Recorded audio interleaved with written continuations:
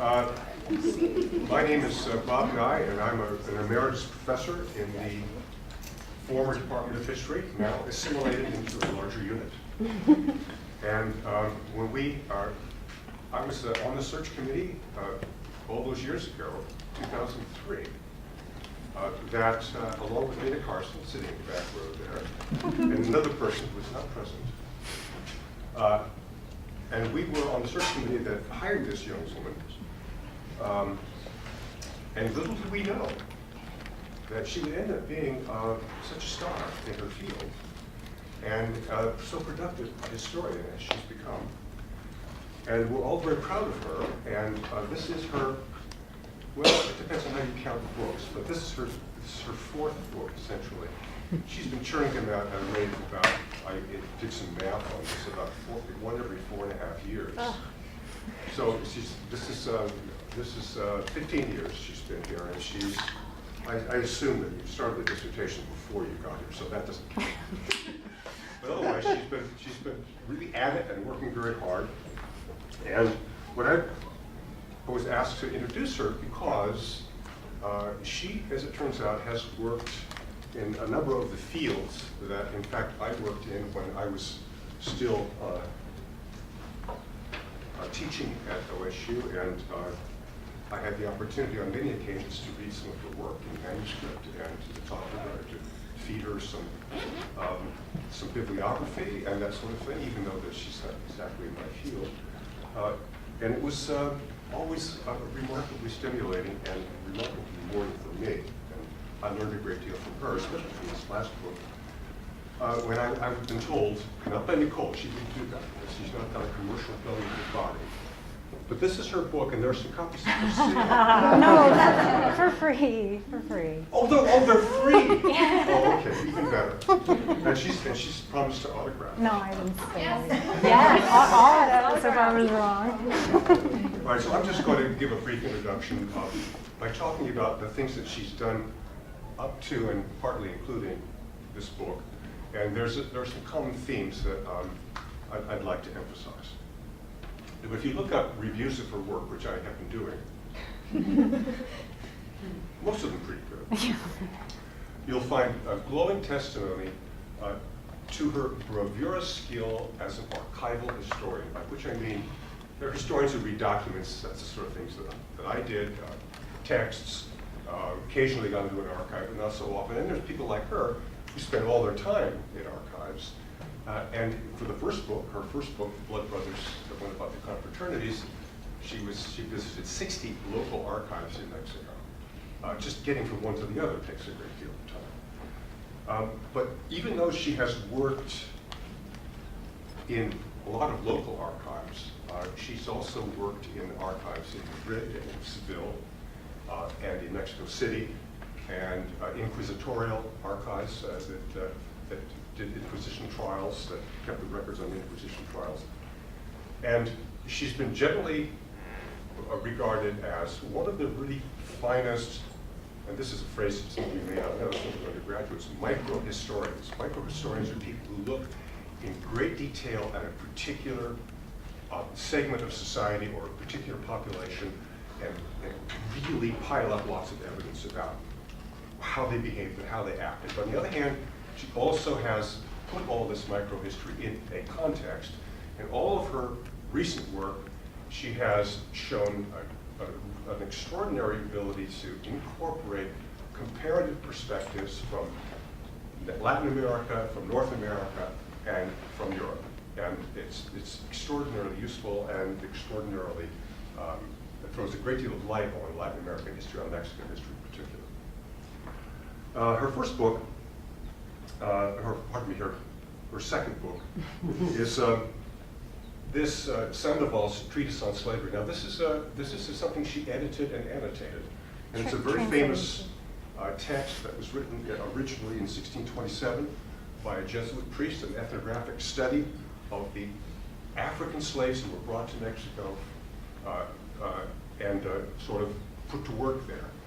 And her first book, as it turns out, which obviously was partly inspired by having read this and being aware of this, of the details of it. Her first book was a is a study of religious confraternities of Afro-Mexicans, some of the same slave population that came to Mexico. Some of them were still slaves, some of them had been freed at this point, but they joined together and basically for the idea of sort of improving their status in Mexico. They religious confraternities, and they marched in religious processions, and they increased and improved their status. And then they also, at a later point in time, 200 years later or so, these had evolved into something rather different, into organizations that promoted them as in society and helped them to get jobs and to keep jobs and to show a sense of solidarity. Now,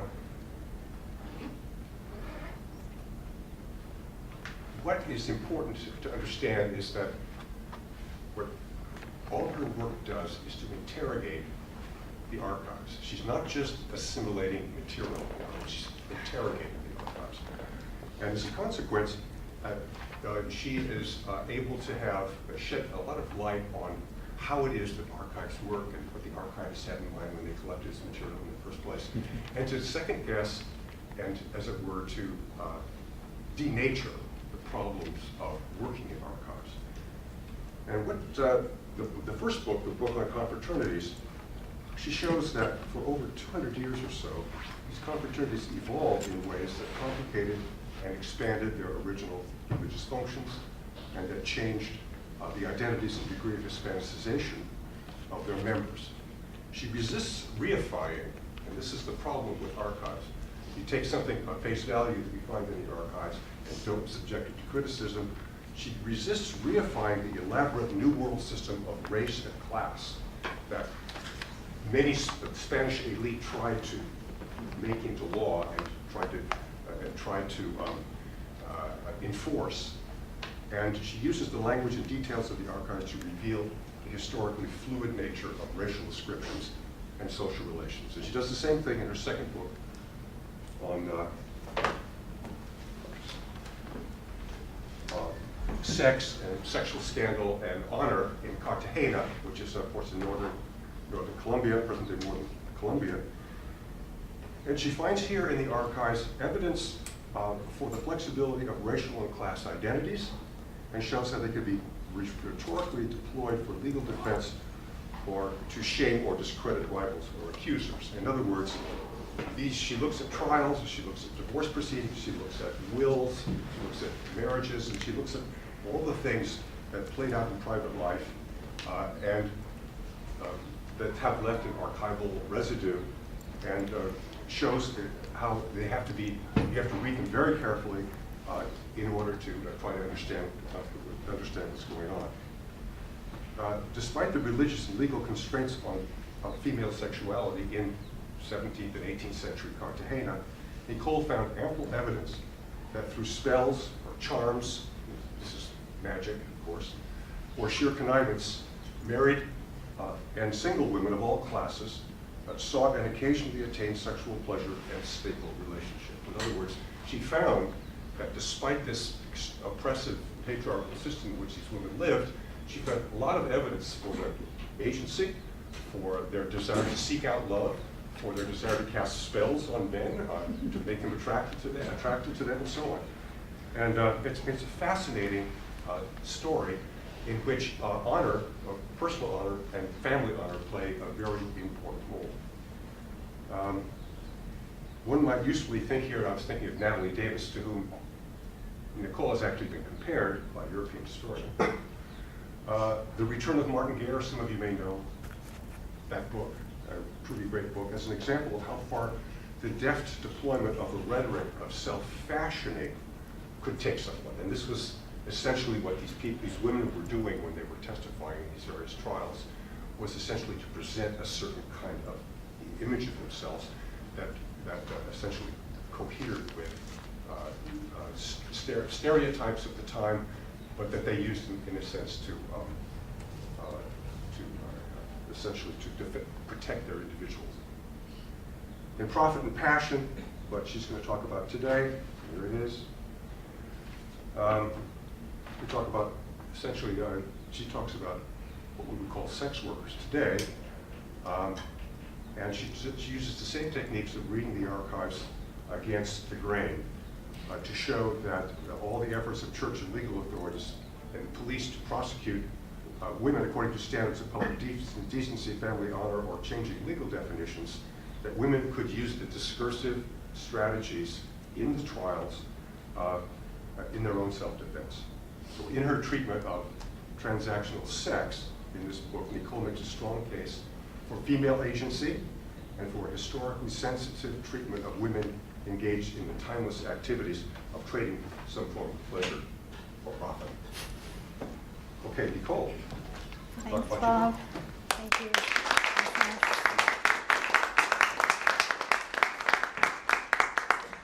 Thanks, Bob. That was very nice. So some of the talk is going to be in Spanish, so I have, it's Você, versión original, subtitulado inglés. So we'll start right up with that, with a quote from, and there are 4-letter words in this talk. Some students in my class are here, and this will be very tame compared to our normal class. No problems there. So basically what I'm trying to do in this talk is take, as the title says, take you through just an episodic timeline very quickly from starting around the 1300s going through to the early 20th century. So I take each chapter and a quote that I have from each chapter, then I'll just spend a little bit of time of some content of the chapters. So the structure is episodes framed by these quotes.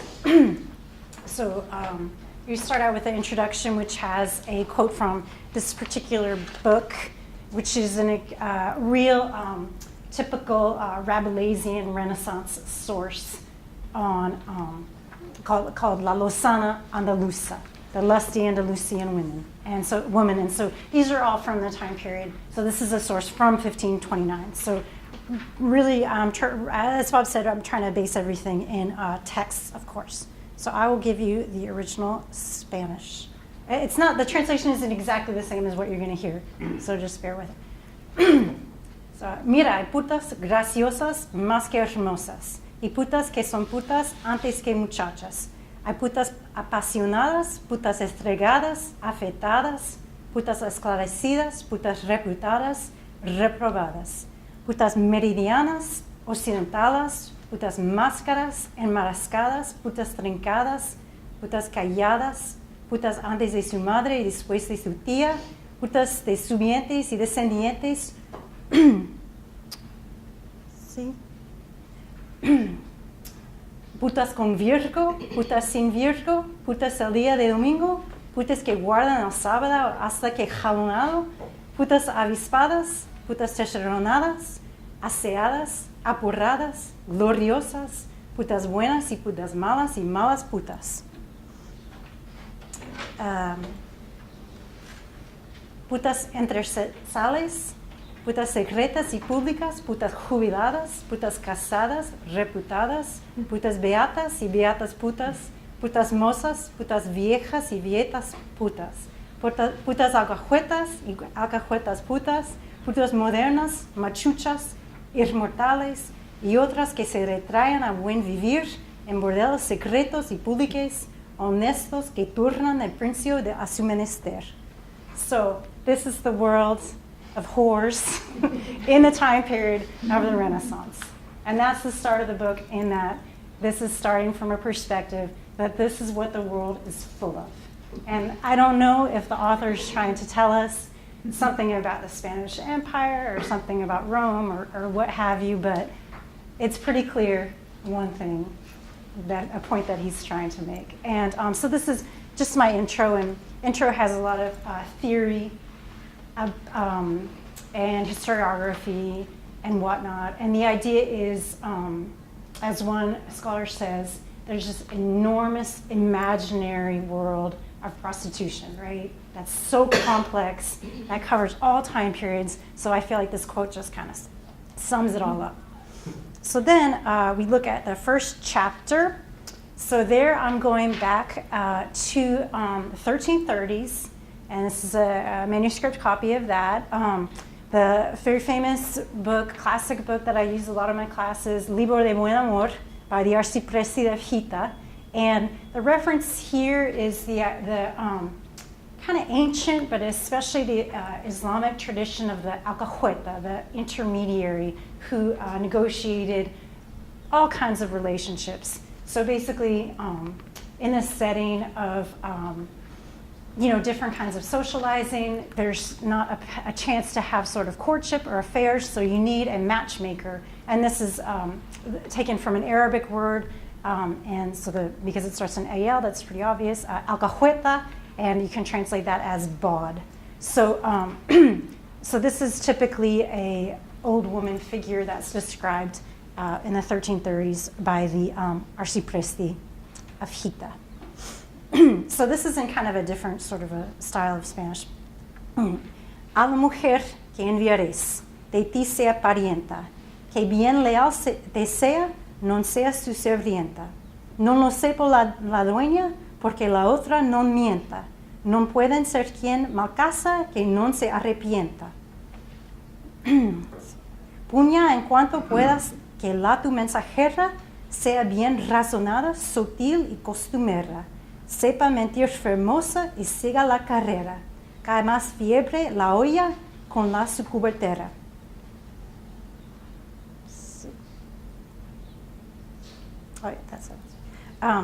Si parienta no tienes a tal, toma de unas viejas que andan las iglesias y saben las callejas. Grandes cuentas al cuello, saben muchas consejas.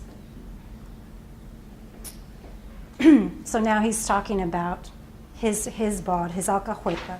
Por amor de la vieja, he de por decir razón. Buen amor dije al libro, a ella todo sazón. Desde que bien la guardé, ella me dio mucho don. Desde que me vi señoré y sin fulano solo, envié por mi vieja, ella dijo a dolo. Vino a mí reyendo, dice, o mi moro don Polo, fe aquí buen amor, cual buen amigo buscolo. So this is as I was saying, a quite important tradition.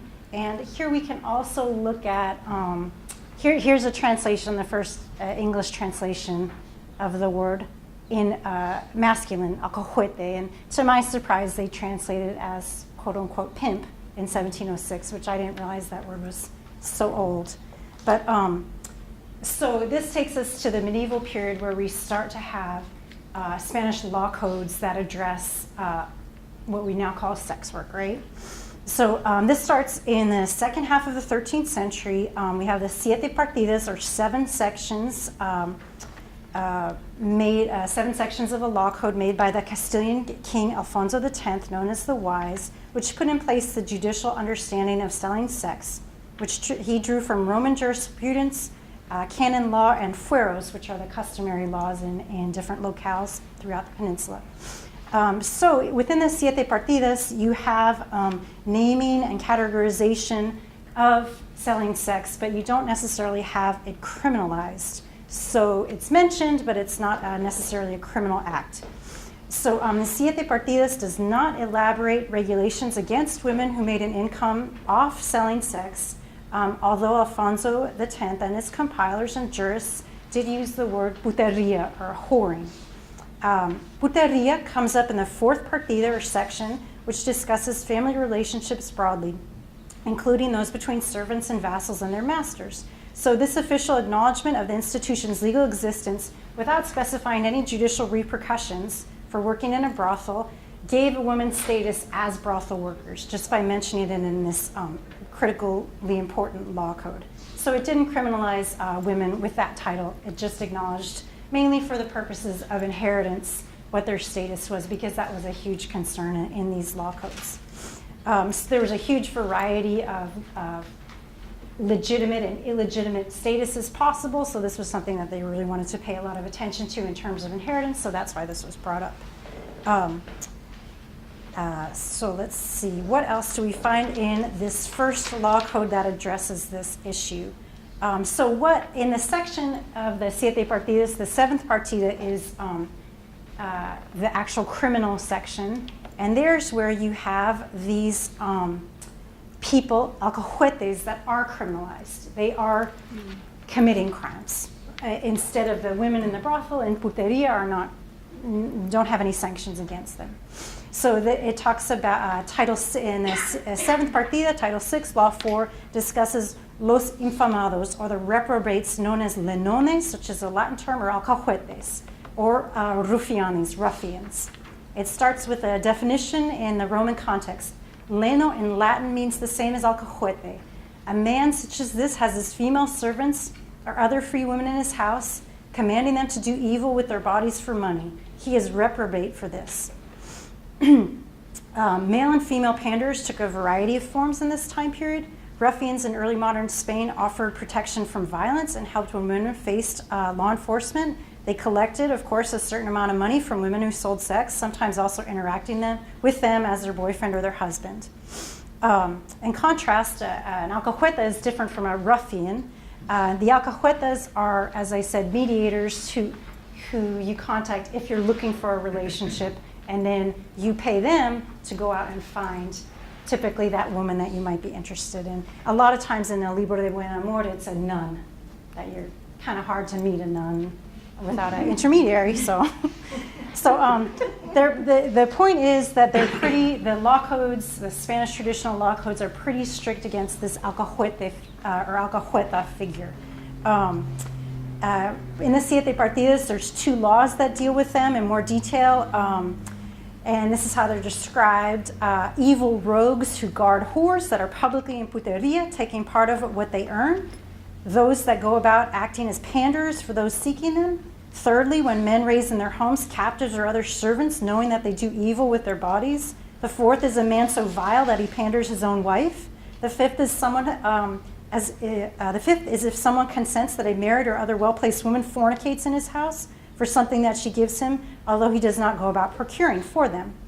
And so the problem was that they don't want people pushing people into this life that they view as immoral. So the punishment, because that's the point, if there's no punishment, it's actually not a criminal activity. The Siete Partidas say that alcahuetes should be brought before judges. If they're proven to be rogues, they should be ejected from the town, along with their whores. These procurers who rent rooms to evil women involved in puteria should lose their houses and pay 10 pounds of gold. Any slave woman having sex for money and giving some of it to her master should be freed. If she's a free woman, she should get dowry, money for her dowry. Men who pander their own wives, other married women, virgins, nuns, or widows with a good reputation, the Siete Partidas says deserve the death penalty. So this is a very strict law against these intermediaries. So then we move through the ages and through the chapters in the book, and we go to very famous portrayal of the so-called Spanish bawd. I think this is a 1600s translation into English, known as La Celestina, and it's from 1499. And so I just have a couple of quotes that are spoken in the voice of the famous Spanish bawd La Celestina. So who has quite a variety of jobs that she can do, etc. And she says, que tal hay que tal quiere, porque donde me tomaré la voz, me hallé apercibida para les echar sello o requerir de la primera vista. The interesting thing about Celestina is she's a very vocal and good communicator, so that's where we kind of have the Renaissance misogynistic perspective, because this is a tragic comedy, so it ends very badly and everybody dies. If you're interested in this topic, it's a movie with Penelope Cruz that's actually pretty good, so I would recommend that.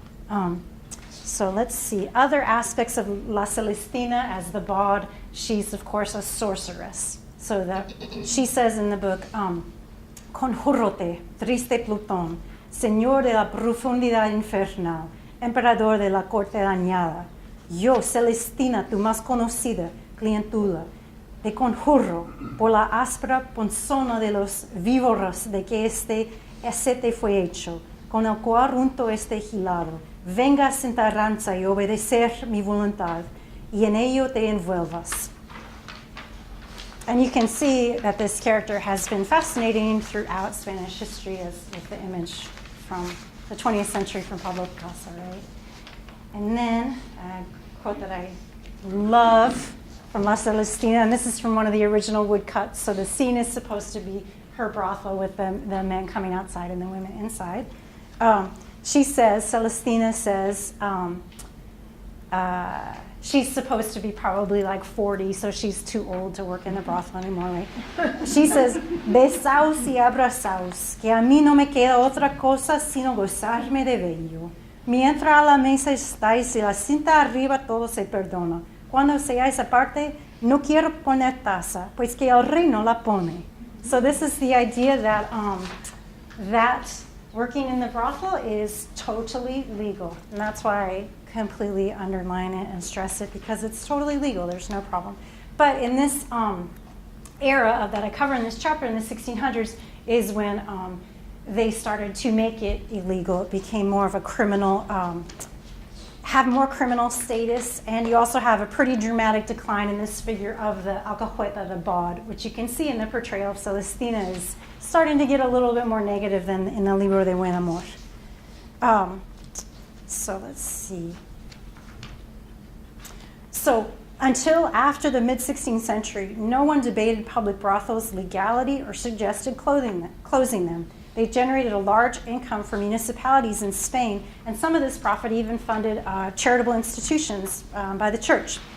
Hints of future repression emerged in the 1560s when Philip II began to mandate stricter sanctions against bawds and ruffians. However, enforcing laws against independent procurers might not have served to really be against selling sex in general, but just to support the public brothel that was a royal monopoly. So that could have been part of the reason why they were against the independent procurers. The tide began to turn definitively against legal brothels when devastating syphilis outbreaks inspired preachers and clerics to interpret this plague as divine punishment for lechery. Iberians understood syphilis as a new sexually transmitted disease in the late 15th century, and it spread rampantly from the 1490s on in the context of the what they called at that time the Italian Wars. So that was the era of syphilis, perceived as a disease and understood as sexually transmitted. So Spanish brothels enjoyed their greatest prosperity in the mid-16th century, but the ongoing incidence of syphilis led Philip II to compose and enforce more intrusive regulations in 1570. After this point, on some kind of regular basis, brothel workers endured periodic medical inspections and had to leave the brothel for treatment if doctors found any trace of the pox. These reforms also warned against those who worked outside of the brothel as disease vectors, but this didn't put any stop to their popularity. And despite regulations, most men apparently did not understand how they might catch syphilis. Even if rudimentary condoms existed in this era, they probably would have been pretty expensive for the typical person. And instead of fearing syphilis, as many clerics encouraged people to do, men took a pretty blasé attitude towards the physical and mental devastation that this disease could cause. A late 15th century doctor warned that men could safely sleep with a sick woman if she only had the bubas, sores and rashes, in her mouth, but just don't kiss her, right?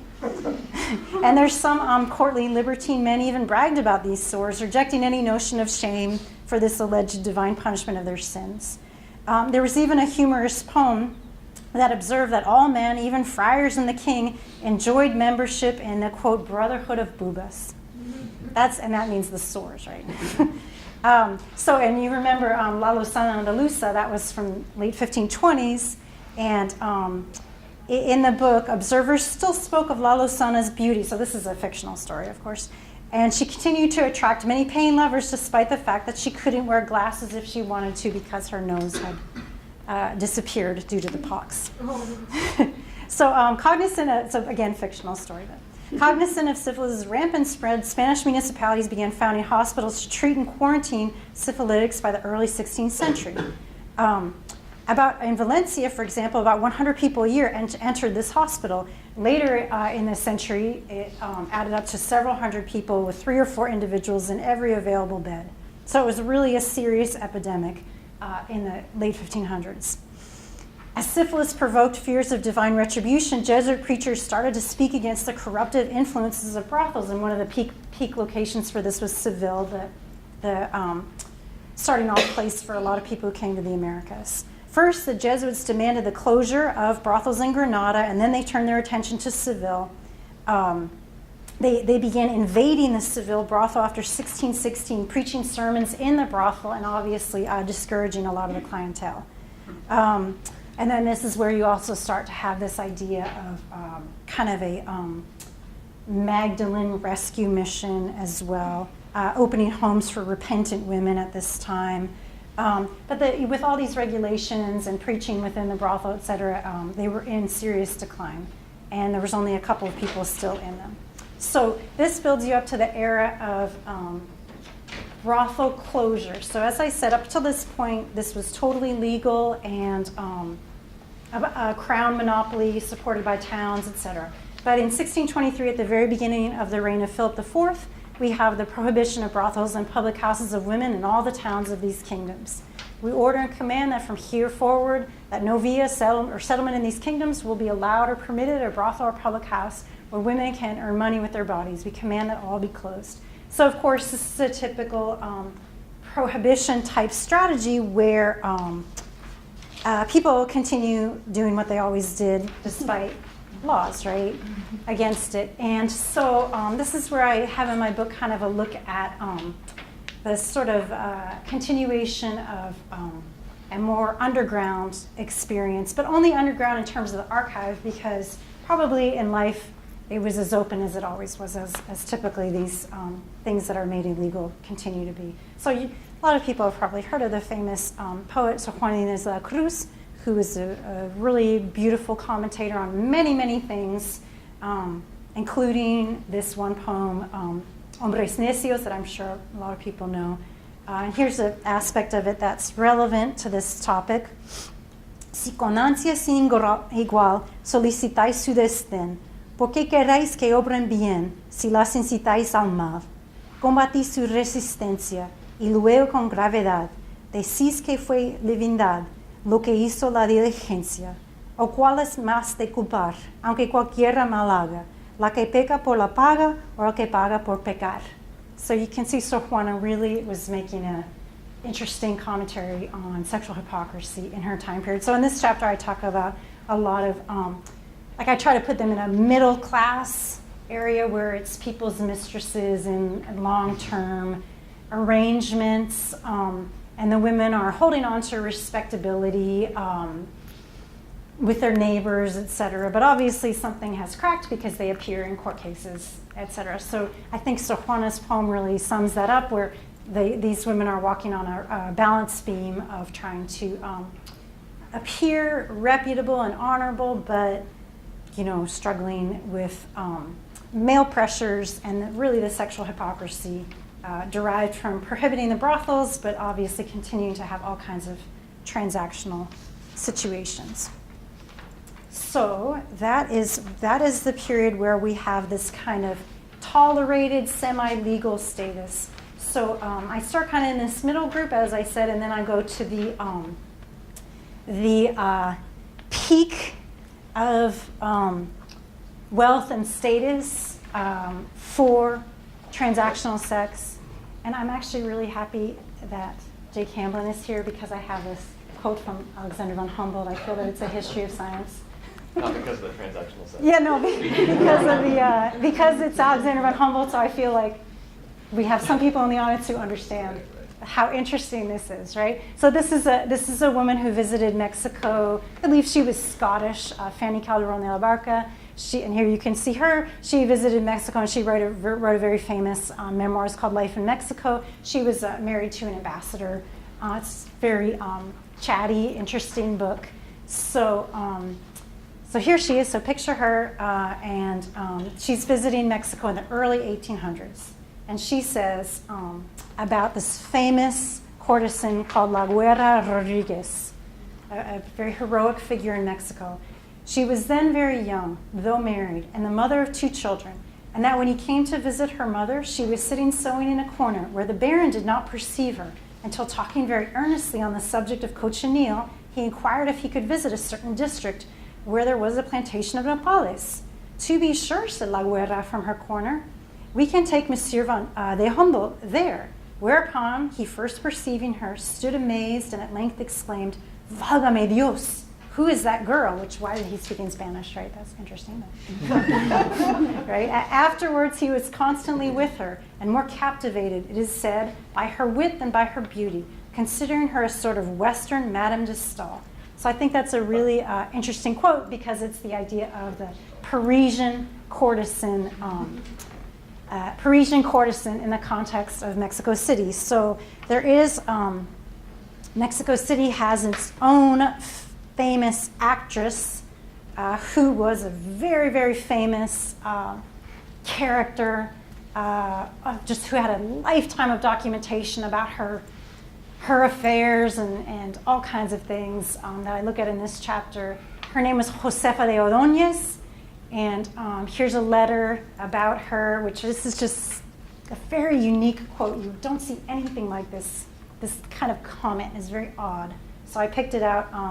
A person involved in this, one of the many cases against her says, Josefa Ordóñez ha sido una de aquellas cómicas a quien, o por su habilidad, o por su buen parecer, han cortejado y protegido diferentes sujetos conocidos, y no dudan habrán contribuido en que en esto habrá sido mayor o menor el escándalo según la publicidad.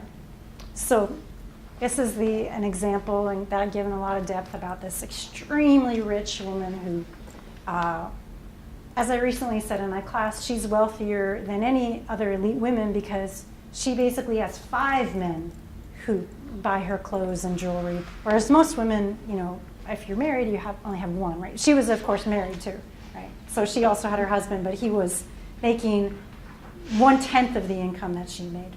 So this is actually a etching from Goya about this type of relationship. All right, so then we switch to the exact opposite, which is the street life of the time period, which this is taken from new records that appear in the 1790s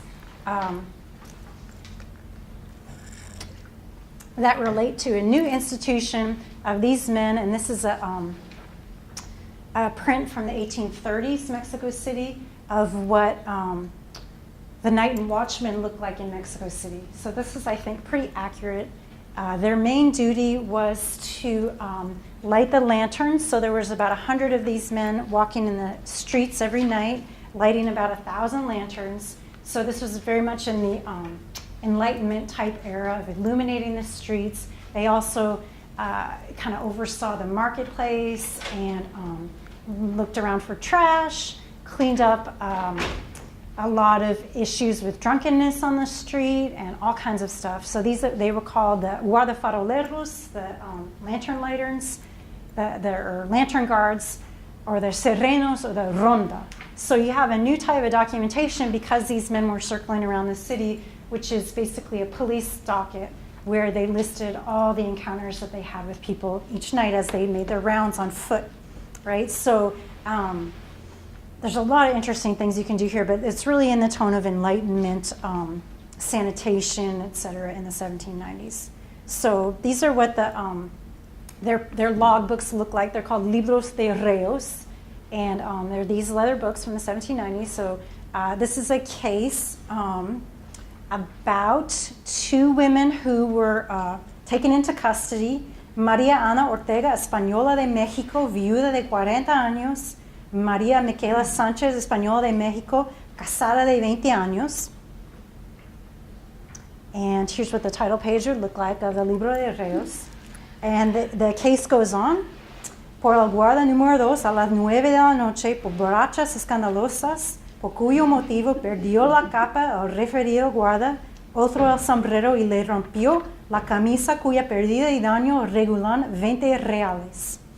Dicen las reas no estaban ebrias, pues solo habían venido de comprar media real de aguardiente.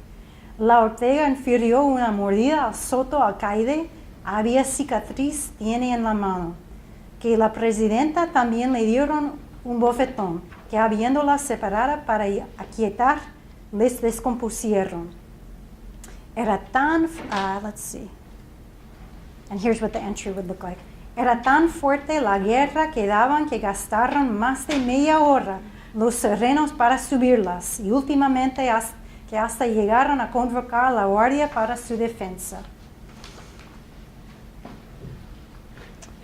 Corijanse con 25 azotes las reas por los desacatos cometidos y después de 3 días de prisión por la embriaguez, pagando los 20 reales de los daños que causaron a las guardas. Pónganse en libertad.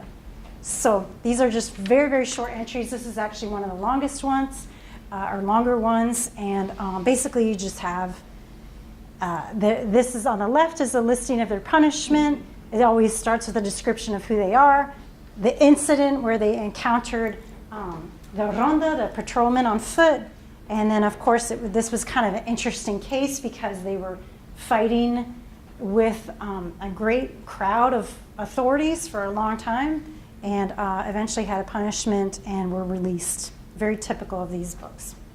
So it's done in a different sort of a fashion. No narration really in comparison to all the other cases. Just the facts, so to speak. So then looking at the 1800s, you have a situation of a really complex manipulation of identities where there starts to be more of the use of the term prostitute that's kind of used in interesting ways that creates kind of an identity crisis in the people who are labeled in this way. And the increasing use of this term is an increasing criminal status, which is really typical of the 19th century.